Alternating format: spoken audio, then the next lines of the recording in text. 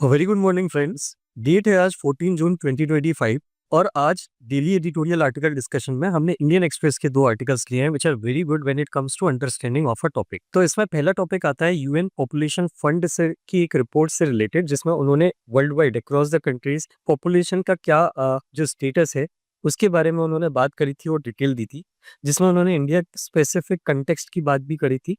तो उसी पे बेस्ड एक आर्टिकल है that is India's real fertility crisis is about choice not numbers. ये आर्टिकल लिखा है एस इरुदय राजन जी ने। ये आर्टिकल के अंदर में उन्होंने बेसिकली इंडिया में जो पॉपुलेशन से रिलेटेड चेंजेस आ रहे हैं और जो यूएन पॉपुलेशन फंड ने जो स्पेसिफिक बात बोली है कि इंडिया के लिए क्या कंसर्निंग चीज है जिस पे उसको ध्यान देना चाहिए, उसके बारे में उन्होंने डिटेल बात करी है। So let's start with our article first that is related to population policy. तो अभी ये यूएन पॉपुलेशन फंड की जो रिपोर्ट आई है, ये रिपोर्ट का नाम है state of the world population report 2025, जिसमें उन्होंने फोकस किया है किस चीज पे, real fertility crisis the pursuit of reproductive agency in a changing world. यहाँ पे ये रिपोर्ट ये बोल रही है कि अक्रॉस द वर्ल्ड, जैसे कंटेक्स्ट क्या है आप ये समझिए कि रिपोर्ट की मेन थीम ये है कि अक्रॉस द वर्ल्ड जो फर्टिलिटी रेट्स हैं वो कोलैप्स हो रहे हैं। लेकिन हमारे लिए यूएन पॉपुलेशन फंड का ऐसा कहना है कि हमारे लिए चिंता की बात ये नहीं है कि पॉपुलेशन का फॉल हो रहा है, हमारे लिए वरी की बात यह है कि लोगों के पास रिप्रोडक्टिव चॉइसेस जो है, लोगों के पास अपनी रिप्रोडक्टिव लाइफ डिसाइड करने के ऑप्शंस बहुत कम से कम और बहुत कम लिमिटेड से लिमिटेड होते जा रहे हैं। तो अगर हम इस प्रॉब्लम को सॉल्व नहीं करेंगे, अगर हम अपना फोकस इस बात पे ही रखेंगे कि हमको फर्टिलिटी रेट को कैसे गिराना है, तो इस केस में हम जो मेन प्रॉब्लम है जो हमारे लोगों को, दुनिया भर में लोगों को तकलीफ दे रही है, उस चीज को हम सॉल्व नहीं कर पाएंगे। जैसे बात करें फर्टिलिटी रेट की, तो फर्टिलिटी रेट जो है वो कैसे गिर रहे हैं।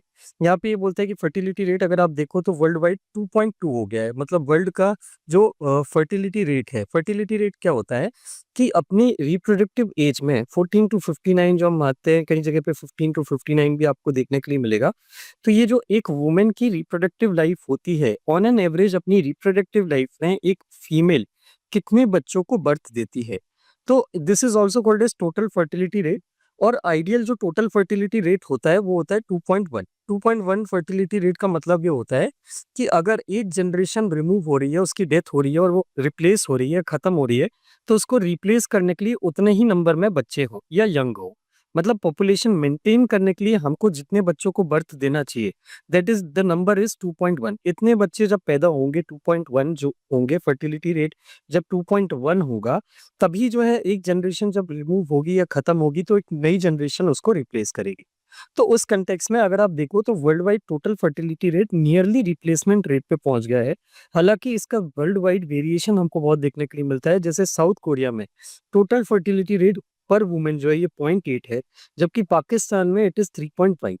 अगर इंडिया की बात करें तो यूएन पॉपुलेशन रिपोर्ट ये बोलती है कि इंडिया में जो फर्टिलिटी रेट है वो रिप्लेसमेंट रेट से नीचे चला गया है, दैट इज 1.9।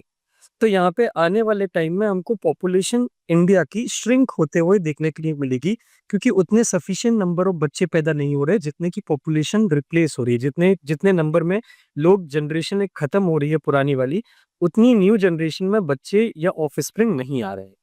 तो ये इंडिया के लिए कंसर्निंग पॉइंट तो है। मतलब जितने भी एनालिस्ट या एक्सपर्ट्स हैं, उन्होंने तो इसी पॉइंट को मुद्दा बनाया था कि इंडिया की पॉपुलेशन आने वाले टाइम में कोलैप्सिंग डायरेक्शन में जा रही है, क्योंकि हम सफिशिएंट अमाउंट में बच्चे पैदा नहीं कर रहे।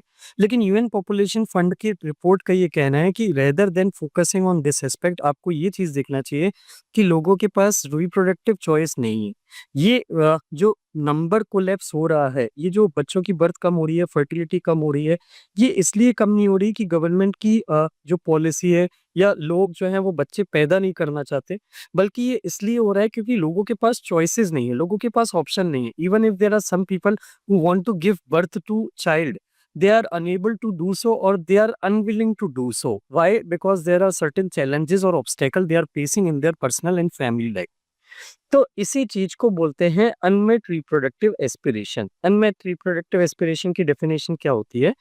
It is the gap between an individuals और couples desires regarding children and family size and the social, cultural और policy driven expectations placed on them. मतलब एक इंडिविजुअल और एक कपल बच्चों को लेके क्या डिजायर रखता है, फैमिली साइज को लेके क्या डिजायर रखता है, और कौन कौन सी चीजें हैं, जैसे जो सोशल, कल्चरल और पॉलिसी ड्रिवन एक्सपेक्टेशन है, उनके उनके ऊपर उनके साथ क्या-क्या एक्सपेक्टेशन रखी जाती है, नंबर ऑफ बच्चों को लेके, टाइमिंग ऑफ बच्चों को लेके, इनके बीच में जो गैप है, डिज़ायर और इम्पोज़िशन के बीच में जो गैप है, इसको अनमेट रिप्रोडक्टिव एस्पिरेशन बोलते हैं।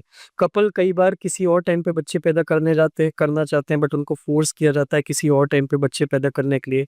तो कई-कई केसेज़ में हमको ऐसा देखने के लिए मिलता है कि वहाँ पे वो ज़रूरत से ज़्यादा बच्चे पैदा कर रहे हैं। कहीं-कहीं पे ऐसा होता है कि वो बच्चे पैदा करना चाहते हैं, लेकिन उनके पास ऐसी कंडीशन नहीं बन पा रही कि वो कर पाएँ बच्चे पैदा, तो उस केस में ये अंडर फर्टिलाइज़ेशन होता है। तो ये जो अनमेट रिप्रोडक्टिव एस्पिरेशन होती है ना वुमेन और कपल की, इनके 2 टाइप होते हैं। एक अंडर फर्टिलाइज़ेशन या अंडर फर्टिलिटी और एक ओवर फर्टिलाइज़ेशन या ओवर फर्टिलिटी। जैसे अगर मैंने आपको बताया यहाँ पे मैंने बताया ना कि इंडिया का फर्टिलिटी रेट जो है ये वर्ल्ड वाइड कम हो रहा है, वर्ल्ड रिप्लेसमेंट लेवल से कम हो गया है। तो ये पूरे इंडिया में, पूरे वर्ल्ड में, जैसे वर्ल्ड में 2.2 फर्टिलिटी रेट है, तो ये पूरे वर्ल्ड का फर्टिलिटी रेट नहीं है। ये फर्टिलिटी रेट जो है ये अ, वेरी करता है रीजन बाय रीजन। जैसे साउथ कोरिया में इट इज़ वेरी लो और जैसे इंडिया में इट इज़ पाकिस्तान में या बांग्लादेश में या इंडिया में इट इज़ कंपैरेटिवली हायर। तो फर्टिलिटी रेट जो होता है ये रीजन बाय रीजन वेरी करता है। उसी तरह अक्रॉस इंडिया भी जो है वो फर्टिलिटी रेट सेम नहीं है। जैसे ओवरऑल इंडिया का फर्टिलिटी रेट 1.9 है, लेकिन कुछ-कुछ रीजन है जहाँ पे फर्टिलिटी रेट अभी भी 2.3 से 2.5 या 3 तक भी जा रहा है। लेकिन कुछ-कुछ रीजन है जहाँ पे फर्टिलिटी रेट जो है ये रिप्लेसमेंट रेट 2.1 से काफ़ी कम हो चुका है। It is the average, that is 1.9 is the average fertility rate of the whole country.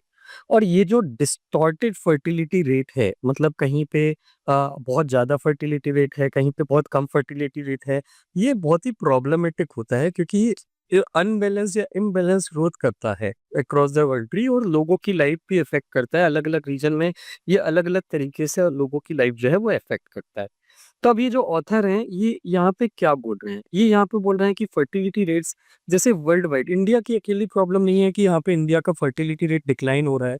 World की आधी से ज़्यादा कंट्रीज़ जिनका जो एटलीस्ट मतलब जो ग्लोबल पॉपुलेशन का, वर्ल्ड की पॉपुलेशन का 2/3 पॉपुलेशन कंट्रीब्यूट करती हैं, उनका फर्टिलिटी रेट वर्ल्ड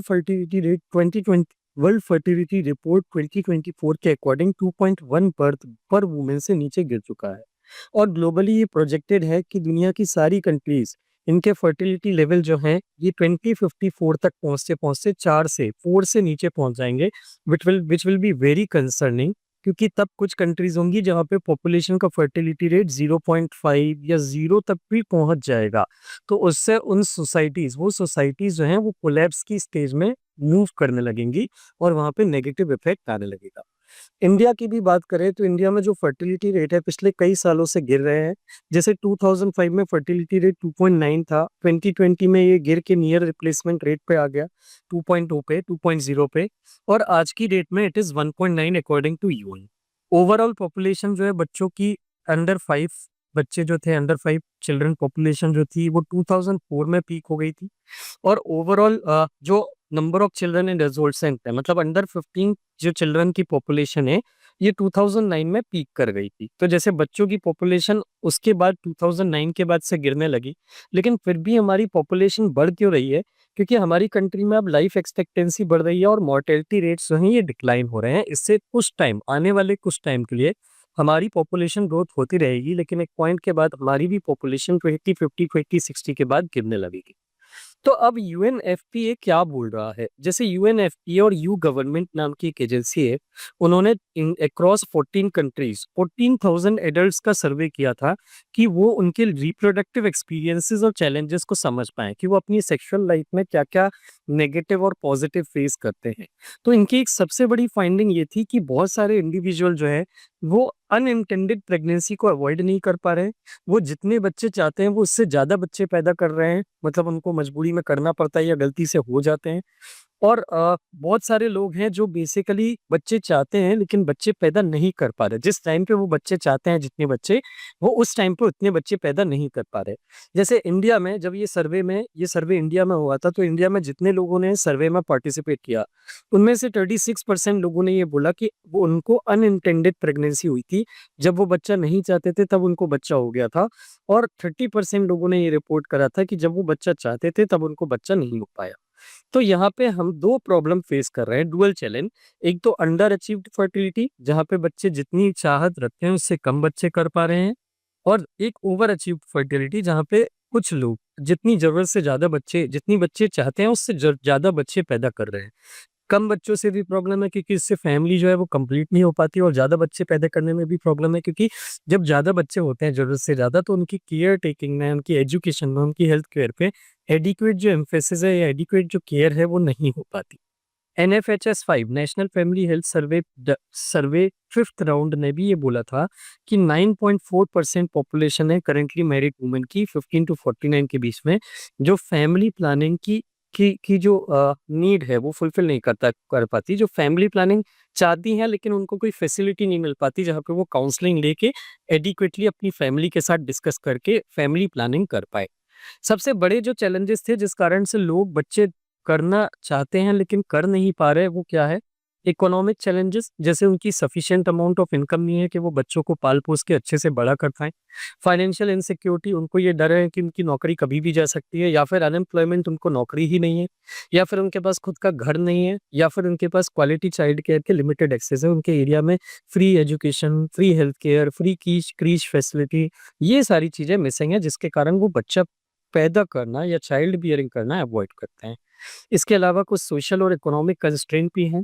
जैसे वुमेन जो हैं, इनको एक सूटेबल पार्टनर नहीं मिल रहा। जैसे वुमेन के साइड से भी कुछ चैलेंजेस हैं जिसके कारण से वुमेन आज की डेट में मैरिज कम करने की या मैरिज की तरफ जाने की कोशिश करने से हेजिटेट हो रही है कि वो मैरिज से दूर रहना चाहती है या मैरिज कर भी रही है तो वो नॉर्म्स को फॉलो नहीं कर पा रही। जैसे मैरिज क्यों नहीं कर पा रही कि या तो उनको सूटेबल पार्टनर नहीं मिल पा रहा या फिर उनको ऐसा कोई पार्टनर नहीं मिल पा रहा जो उनको ये एश्योरेंस दे पाए कि वो हाउसहोल्ड वर्क में इक्विटेबल डिवीजन शेयर करेगा, घर के काम भी करवाने में हेल्प करेगा और बच्चे की केयर गिविंग में भी रिस्पॉन्सिबिलिटी लेगा। मैरिज जो है इंडिया में अभी भी मेनली वुमेन के ऊपर एक बर्डन है। मैन जो होते हैं वो तो सुबह से वर्क पे चले जाते हैं, रात में घर आते हैं। वुमेन को के साथ मैरिज में बहुत सारी एक्सपेक्टेशन रखी जाती है, जैसे कुकिंग मैनेज करना, चाइल्ड रियरिंग करना, दूसरी डोमेस्टिक ड्यूटी जैसे घर पे पेरेंट्स को सँभालना, घर के हाउसहोल्ड कोर्स करना, घर पे मैनेजमेंट देखना चीज़ों को लेके, जैसे कि ग्रोसरी वगैरह हो गया उसका मैनेजमेंट वगैरह। तो वुमेन को घर पे काफ़ी सारी चीज़ें मैनेज करना होता है। पूरा वुमेन के ऊपर हाउसहोल्ड रन करने का बर्डन उसके ऊपर होता है। और ज़्यादा बच्चे मतलब ये बर्डन वहाँ पे ज़्यादा बढ़ते जाना और इसलिए वुमेन वहाँ पे हेजिटेट कर रही है मैरिज करने से भी। और even if they are doing marriage they are basically hesitating in expanding their family ताकि उनके ऊपर बर्डन और ज़्यादा ना बढ़े। ये जो मतलब ये कॉम्प्लीमेंट किससे होता है? ये जो वुमेन का हेजिटेशन है ये और बढ़ता जाता है गवर्नमेंट की पॉलिसीज़ से।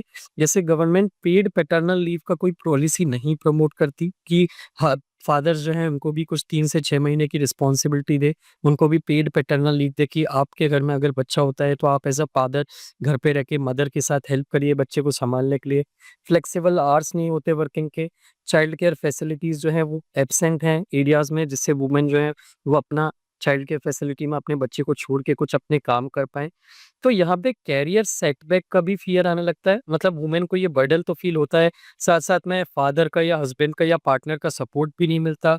साथ-साथ में कैरियर के सेटबैक का भी डर लगता है कि भाई प्रेग्नेंट अगर हो जाएगी वुमेन, अगर मैरिज कर भी ली वुमेन ने तो उसको ये डर रहता है कि अगर वो प्रेग्नेंट हो गई तो उसको जॉब से निकाला जा सकता है या प्रेगनेंसी के बाद प्रेगनेंसी का पीरियड और जो चाइल्ड बियरिंग के बाद इनिशियल 2-3 साल का पीरियड रहता है, उसमें जो का उसके कारण जो करियर का ब्रेक आ जाता है, उसके कारण women now basically fear hesitation in doing और गिविंग चाइल्ड बर्थ। तो एक बहुत सारे ग्रोइंग नंबर एक बहुत बड़े अमाउंट में वुमेन और कपल्स जो हैं, वो बच्चों को रेज़ करने में हेजिटेशन शो कर रहे हैं, specially when we talk about global environment जहाँ पे कंट्रीज़ में across the world economic uncertainty बढ़ती जा रही है, ट्रंप के एक्शंस, मिडल ईस्ट में वॉर्स, यूरोप में रिसेशन, ये सारी चीज़ें ग्लोबल अनसर्टेनिटी बढ़ा रही है, जिससे बच्चों को रेज़ करने की कॉस्ट भी बढ़ रही है, अनसर्टेनिटी भी बढ़ रही है और एक नेगेटिव हेजिटेशन भी डेवलप हो रहा है। इसके साथ-साथ में मेडिकल प्रॉब्लम्स भी बढ़ती जा रही है। जैसे आपको पता होगा मॉडर्न लाइफ़स्टाइल जो है वो स्ट्रेसफुल होती जा रही है। वर्क लाइफ़ जो है वो 10-10, 12-12 घंटे स कंपनीज़ के जो बॉसेस हैं, एम्प्लॉइज़ हैं, एम्प्लॉयर्स हैं, वो एक्सपेक्ट करते हैं। तो उस केस में बहुत सारे स्ट्रेसफुल रीज़न्स के कारण मेडिकल प्रॉब्लम्स भी कपल्स में हो रही है, जिसके कारण से वो बच्चे बियर नहीं कर पा रहे और वहाँ पे हेल्थ केयर का रिज़ॉल्यूशन लेना भी बड़ा हार्ड हो रहा है उनके लिए क्योंकि जो अभी जो ट्रीटमेंट के ऑप्शंस हैं वो बहुत लिमिटेड हैं, मेनली प्राइवेट सेक्टर के हाथ में है और वहाँ पे कॉस्ट बहुत हाई है चाइल्ड केयरिंग ये जो इनफर्टिलिटी रिलेटेड जो काउंसलिंग है और ट्रीटमेंट है उसको लेने के लिए। इनफैक्ट काउंसलिंग लेना नेगेटिव भी कंसिडर किया जाता है। अगर हमारी सोसाइटी में किसी को पता चल रहा है कि इस कपल को जो है वो चाइल्ड नहीं हो पा रहा है, तो इस केस में उसके अगेंस्ट में एक नेगेटिव डिस्क्रिमिनेशन भी सोसाइटी करने लगे। तो यहाँ पे इनको क्या करने की जरूरत है, जैसे यहाँ पे एक चाइल्ड बेयरिंग पैटर्न, एक एडिशनल चीज और यहाँ पे इम्पोर्टेंट है कि जैसे यहाँ पे कॉन्ट्रासेप्शन के लिए भी हमारी सोसाइटी बड़ा ही डिस्क्रिमिनेटरी होती है, जिसके कारण ओवर फर्टिलिटी या ओवर कंसेप्शन भी होता है या ज्यादा बच्चे भी पैदा होते हैं, और चाइल्ड बियरिंग के पैटर्न भी चेंज हो रहे हैं। जैसे कपल्स और वुमेन्स जो हैं वो ज्यादा से ज्यादा जो बच्चे हैं वो अपने लेट लाइफ में, मतलब लेट यूथ में करने के लिए प्रेफर कर रहे हैं। पहले जो हमारे यहाँ बच्चे हुआ करते थे, पेरेंट्स को, कपल्स को, वो लेट एट मतलब टीन्स में या फिर अर्ली 20s में वो बच्चे चाइल्ड बियरिंग किया करते थे। अब जो एजुकेटेड और वर्किंग इंडिविजुअल्स हैं, जो हायर इनकम ग्रुप्स के भी हैं, not just from the lower income groups के, आप ये सोचना है कि इनकम पुअर है तो उस कारण से वो लेट चाइल्ड बियरिंग प्रेफर कर रहे हैं। People across the spectrum from higher to lower income are preferring childbearing in their late 20s और early 30s। तो इसके कारण से स्पेसिंग की भी प्रॉब्लम आती है, क्योंकि एक बच्चे होने के बाद आपको जल्दी से दूसरा बच्चा करने का भी सोचना पड़ता है, या फिर आप, तो फिर उस केस में या तो आप जल्दी बच्चा पैदा करने की कोशिश करते हैं एडिक्वेट स्पेसिंग लिए बिना, या फिर आप और बड़ा गैप रखने की कोशिश करते हैं जिससे बच्चा बहुत लेट आता है और दूसरा बच्चा, और उस केस में या तो वो बच्चा करते ही नहीं है दूसरा, जिससे फर्टिलिटी रेट और ज्यादा फॉल है। तो ये सारी चीजों को देखते हुए ये ऑथर क्या बोल रहे हैं कि ये जो डेमोग्राफिक एंजाइटी जो हमारी आ रही है ना, ये डेमोग्राफिक एंजाइटी की हमने जो डायग्नोसिस करी है कि लोग ही बच्चे पैदा नहीं करना चाहते, ये गलत है। हम जो लो फर्टिलिटी रेट के लिए चीजें रीजनेबल मानते हैं, जिनको रीजन मानते हैं, जैसे कि ageing population, declining fertility rate, over population, हमारा जो कंसर्न ये चीजें हैं, हमारा फोकस ये नहीं होना चाहिए। एक ऑथर का कहना है कि अगर आप सिर्फ लोगों को उनकी फ्रीडम या ऑटोनॉमी दे दो कि वो एडिक्वेटली अपनी फैमिली को प्लान कर पाएं, अपने फ्यूचर के बारे में सर्टेन रह पाएं, उनको एक सपोर्ट का एश्योरेंस भी रहे कि वो अगर बच्चे पैदा करते हैं एक लिमिट तक तो उनको गवर्नमेंट की तरफ से ये सारी चीजें सपोर्ट में प्रोवाइड की जाएंगी, तो लोग खुद से ही फैमिली को एडिक्वेट नंबर में ग्रो करेंगे। गवर्नमेंट को वहां पे कुछ स्टेप्स, मतलब कुछ अलग से करना ही नहीं पड़ेगा। तो गवर्नमेंट जो है ageing population, declining fertility rates, over population, इन सारी चीजों पे ध्यान लगाइए ना। इन सारी चीजों के बजाय इसको इस पे ध्यान लगाना चाहिए कि वो लोगों को ज्यादा से ज्यादा ऑटोनॉमी या डिसीजन मेकिंग अपनी सेक्सुअल लाइफ के रिगार्डिंग कैसे प्रोवाइड कर सकती है। और अगर इन चीजों का ख्याल रख लिया तो ऑटोमेटिकली जो हमारी बाकी की डेमोग्राफिक प्रॉब्लम्स हैं वो रिजॉल्व करने में बहुत हद तक हमको प्रॉब्लम सॉल्यूशन मिल जाएगा। So this was a first article and a very good article related to Indian population। इस आर्टिकल को आप अच्छे से याद रखिएगा, ये मेंस के कंटेक्स्ट में बहुत इंपॉर्टेंट है। उसके बाद आते हैं सेकंड आर्टिकल पे, इसराइल ईरान कन्फ्लिक्ट पे। ये आर्टिकल लिखा है पीआर कुमारस्वामी जी ने, बेसिकली जेएनयू में, जवाहरलाल नेहरू यूनिवर्सिटी में कंटेम्पोररी मिडिल ईस्ट के प्रोफेसर है। तो उन्होंने ये आर्टिकल लिखा है Israel strikes Iran, old conflict new friend. तो ये क्या बोल रहे हैं, ये आर्टिकल के हेडिंग्स ही आपको बताती, क्लियर करती है कि इजराइल ने जो ईरान पे जो स्ट्राइक करी है ये कोई नई कन्फ्लिक्ट नहीं है, बस एक तरीका नया है। ये बोर्ड में इस आर्टिकल में कि कन्फ्लिक्ट तो दोनों के बीच में पुरानी है, लेकिन इस बार जिस तरीके से कन्फ्लिक्ट हो रही है ये तरीका नया है। तो अब ये क्या कन्फ्लिक्ट है ये बात करते हैं। जैसे पहली बात, इसराइल ने ऑपरेशन लॉन्च करा है, ऑपरेशन राइजिंग लायन, ईरान के अगेंस्ट में फाइट करने के लिए, ईरान के ऊपर डायरेक्ट अटैक लॉन्च करने के लिए। तो ये ईरान, मतलब ये बोल रहे हैं कि ये इजराइल का one of the largest attack है किसी कंट्री के ऊपर directly after the war of 1967। 1967 में एक यूरोप के पूर्व वॉर हुआ था या जून वॉर हुआ था, जिसमें इजराइल ने बहुत सारी अरब कंट्रीज के अगेंस्ट में डायरेक्टली फाइट करी थी। तो ये ऑथर का कहना है कि ये 1967 के बाद कोई डायरेक्ट किसी स्टेट के अगेंस्ट में इजराइल की पहली बड़ी लेवल की ये फाइट है। अब ये फाइट का ओरिजिन क्या है, जैसे ऑथर ये बोल रहे हैं कि फाइट जरूर दोनों के बीच में डायरेक्टली बहुत बड़ी हो रही है, लेकिन this is not the first time they both are fighting. इनकी फाइट चली बहुत लंबे टाइम से आ रही है, लेकिन वो डायरेक्ट फॉर्म में नहीं चल रही थी। बहुत टाइम से ये जो फाइट है ये थर्ड पार्टी के थ्रू चल रही थी। तो थर्ड पार्टी के थ्रू कैसे चल रही थी, जैसे ईरान अपने रिलीजियस डॉक्ट्रिन के अंडर में ये मानता है कि इसराइल का कोई एग्जिस्टेंस नहीं बनता, Israel is a country that should not exist on the earth. तो उस चीज को ध्यान में रखते हुए यहाँ पे ईरान ने बहुत टाइम से इसराइल के अगेंस्ट में एक प्रॉक्सी वॉर चालू करके रखा है। प्रॉक्सी वॉर का मतलब इसने पूरे मिडिल ईस्ट में अपने एक नेटवर्क बना के रखा है ऑर्गेनाइजेशंस का, नॉन स्टेट ऑर्गेनाइजेशंस का, जिन ऑर्गेनाइजेशंस के थ्रू ये इजराइल के अगेंस्ट में कंटिन्यूअसली अटैक करता रहता है। जैसे इसमें कौन कौन सी ऑर्गेनाइजेशन आती है, ये जो जितनी भी ऑर्गेनाइजेशंस का नेटवर्क है जो ईरान के सपोर्ट से चलता है और इराक के इजराइल के अगेंस्ट में फाइट करता है, इसको बोलते हैं एक्सिस ऑफ रेजिस्टेंस। तो ये एक्सिस ऑफ रेजिस्टेंस में क्या क्या आता है, जैसे ईरान ने इराक में दो तीन ऑर्गेनाइजेशंस को सपोर्ट दिया हुआ है, मिलिट्री सपोर्ट और फाइनेंशियल सपोर्ट, इसराइल के अगेंस्ट में कंटिन्यूअसली अटैक करते रहने के लिए भी और मिडिल ईस्ट में अपना इन्फ्लुएंस बनाए रखने के लिए। सिमिलरली सीरिया में भी कुछ ऑर्गेनाइजेशंस को सपोर्ट देके रखा है, लेबनान में भी कुछ ऑर्गेनाइजेशन को सपोर्ट देके रखा है, यमन में भी देके रखा है। तो ये सारी जगह पे, और पैलेस्टीन में भी देके रखा है, गाजा में। तो कौन-कौन सी ऑर्गेनाइजेशन है, इनके नाम बहुत इंपॉर्टेंट है, ये आपके लिए मेंस के लिए और प्रीलिम्स के लिए दोनों एक्सट्रीमली इंपॉर्टेंट है। तो ईरान ने यहाँ पे कुछ ऑर्गेनाइजेशंस, जिनको टेररिस्ट ऑर्गेनाइजेशंस भी बोला जाता है ग्लोबल टर्म्स में, तो कुछ टेररिस्ट ऑर्गेनाइजेशंस को फाइनेंशियल सपोर्ट और मिलिट्री सपोर्ट देके रखा है वेपन का, ताकि ये ईरान इस रीजन में उन ऑर्गेनाइजेशंस के थ्रू अपना दबदबा भी बना के रखे, इन्फ्लुएंस भी बना के रखे, और उसके साथ साथ में इसराइल के अगेंस्ट में कंटिन्यूअसली अटैक भी करे। तो इसमें कौन कौन सी ऑर्गेनाइजेशन है, जैसे इराक में there is an organisation popular mobilisation forces, PML। Then उसके बाद लेबनान में इट इज हिजबुल्ला। देन उसके बाद गाजा में, पैलेस्तीन में इट इज हमास, और यमन में इट इज हौथीस। ये सारी ऑर्गेनाइजेशंस इसराइल के अगेंस्ट में कंटिन्यूअसली अटैक या एग्रेशन करती रहती हैं, और इसराइल भी उन ऑर्गेनाइजेशंस के अगेंस्ट में कंटिन्यूअसली अटैक करके इनको काउंटर करने की कोशिश करता है। लेकिन यहाँ पे ऑथर एक अलग बात बोल रहे हैं, जैसे ये जो प्रॉक्सी वॉर है ये काफी सालों से चला आ रहा है, 15, 20, 25 सालों से। और इसराइल जो है, ये इसराइल के लिए बड़ा ही डिसएडवांटेजियस है या नेगेटिव है। इसराइल कंटिन्यूअसली कन्फ्लिक्ट की स्टेट में फंसा रहता है इन प्रॉक्सीज से डील करने में। लेकिन ईरान के लिए ये बड़ी ही कॉस्ट इफेक्टिव मेथड है, क्योंकि ईरान यहाँ पे डायरेक्टली फाइट नहीं कर रहा, तो उस केस में उसका मिलिट्री का कॉस्ट नहीं होता इतना बड़ा, लेकिन साथ साथ में ये अपना प्रेजेंस भी बनाए रखता है इन ऑर्गेनाइजेशंस के थ्रू। ईरान दो फायदे उठाता है, एक तो ये उन ऑर्गेनाइजेशंस को सपोर्ट देके कंटिन्यूअसली अपने एडवर्सरीज के अपने एनिमीज के अगेंस्ट में अटैक करवाता रहता है, तो इससे इसका इन्फ्लुएंस भी बना रहता है और इसको बहुत खर्चा भी नहीं करना पड़ता।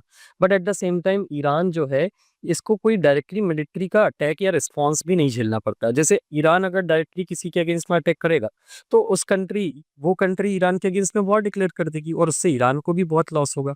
तो ईरान ने ये थर्ड ऑर्गेनाइजेशंस को, अलग अलग कंट्रीज में ये ऑर्गेनाइजेशंस को मेंटेन करके अपने अटैक भी कंटिन्यूअस रखे, लेकिन साथ साथ में अपने आप को किसी मिलिट्री रिस्पॉन्स से भी प्रोटेक्ट या वॉर से भी प्रोटेक्ट करा। और इस तरीके से ईरान ने अपना इन्फ्लुएंस जो है अपनी टेरिटरी के बाहर भी एक्सटेंड कर दिया, और इससे कुछ खास हुआ नहीं। जैसे इसराइल को इससे बहुत लॉन्ग टर्म में नुकसान हुआ।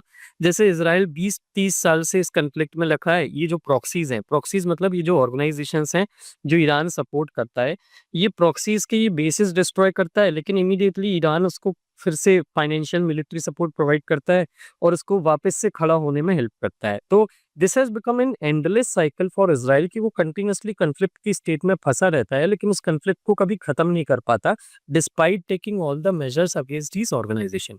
जैसे अगर हम बात करें, 1.5 साल पहले हमास के अगेंस्ट में इन्होंने अटैक लॉन्च करा था, अक्टूबर 7 अटैक। हमास ने अक्टूबर 7 2024 को जो है वो इनके ऊपर अटैक करा था, इसराइल के ऊपर, गाजा से, ईरान के सपोर्ट से ही।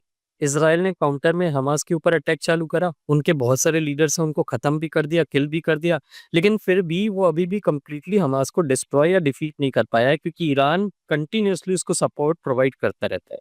सिमिलर सिचुएशन इसराइल जो है वो लेबनान में फेस करता है हिजबुल्लाह के अगेंस्ट में। ये इनके सीनियर लीडर्स को रिमूव करता है, इनके बेसिस को किल करता है, लेकिन ईरान नए बेसिस डेवलप करने में उनको हेल्प करता है और नए लीडर्स जनरेट करने में या बिल्ड करने में नई लीडरशिप उनको हेल्प करता है, इंफ्रास्ट्रक्चर फैसिलिटी भी प्रोवाइड करता है। हौथीज के साथ भी ऐसा हुआ, जैसे सना का एयरपोर्ट, जहाँ पे हौथीज ने यमन में पूरा कंट्रोल ले रखा था, उनके इंफ्रास्ट्रक्चर, उनके एयरबेस को ही उन्होंने, एयरपोर्ट को जो ये है वो डिस्ट्रॉय कर दिया, लेकिन उसके बाद भी हौथीज जो है वो इसराइल उसको घुटनों पे नहीं ला पाया। तो अब ये वॉर क्यों हो रहा है? अब ये वॉर इसलिए हो रहा है क्योंकि इसराइल को अब एक बात समझ में आ गई है। इसराइल थक गया है अब इन सब प्रॉक्सी से लड़ते-लड़ते, और उसको ये बात समझ में आ गई है कि ये जो एक्सिस ऑफ रेजिस्टेंस है, ये एक्सिस ऑफ रेजिस्टेंस क्या बताया मैंने आपको? ईरान, प्लस ये जो थर्ड प्रॉक्सी ऑर्गेनाइजेशंस हैं, third party, third country proxies agencies हैं, ये बेसिकली एक्सेस ऑफ रेजिस्टेंस को तभी खत्म कर पाएगा जब ईरान से डील करेगा, क्योंकि ईरान पूरा फंड प्रोवाइड करता रहता है और ये ऑर्गेनाइजेशंस को हम कितना भी डिस्ट्रॉय कर लें वो खत्म ही नहीं होते, उनके अटैक खत्म ही नहीं होते। और इसके साथ-साथ में ईरान खुद भी अपने पैरों पे थोड़ा कुल्हाड़ी मार चुका है इन ऑर्गेनाइजेशंस को सपोर्ट करके।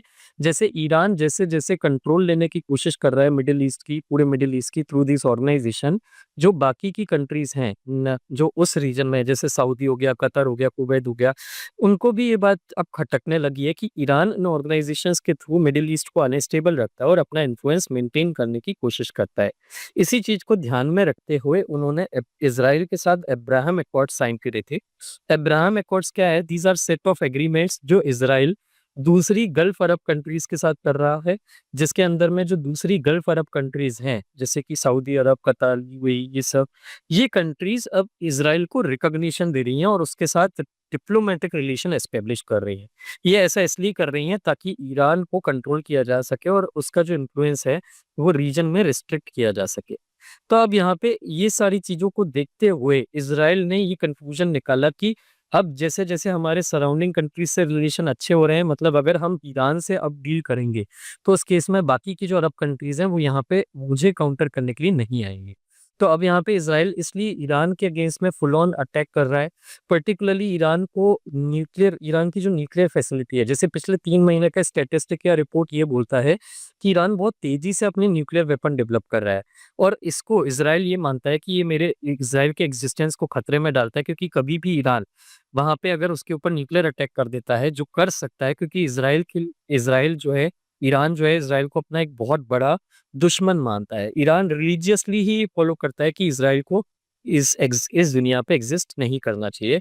तो इस चीज़ को देखते हुए इज़राइल अब पूरी ताकत से उसकी न्यूक्लियर फैसिलिटी को डिग्रेड या डिस्ट्रॉय करने की कोशिश कर रहा है, या उसी के लिए उन्होंने ये ऑपरेशन राइजिंग लाइन जो है वो डिक्लेयर करा है, ताकि उस ईरान को वो वीक कर पाए और अपने अगेंस्ट में खड़े होने की किसी भी पॉसिबिलिटी को वो खत्म कर पाए।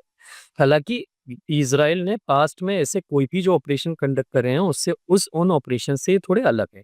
जैसे इराक में भी एक बार ऐसे न्यूक्लियर वेपन डेवलप होने की कोशिश थी, जिसको उसने ओसिरक न्यूक्लियर रिएक्टर नाम की एक फैसिलिटी थी, उसको उसने 1981 में डिस्ट्रॉय कर दिया था, क्योंकि Iraq also was against any existence of Israel.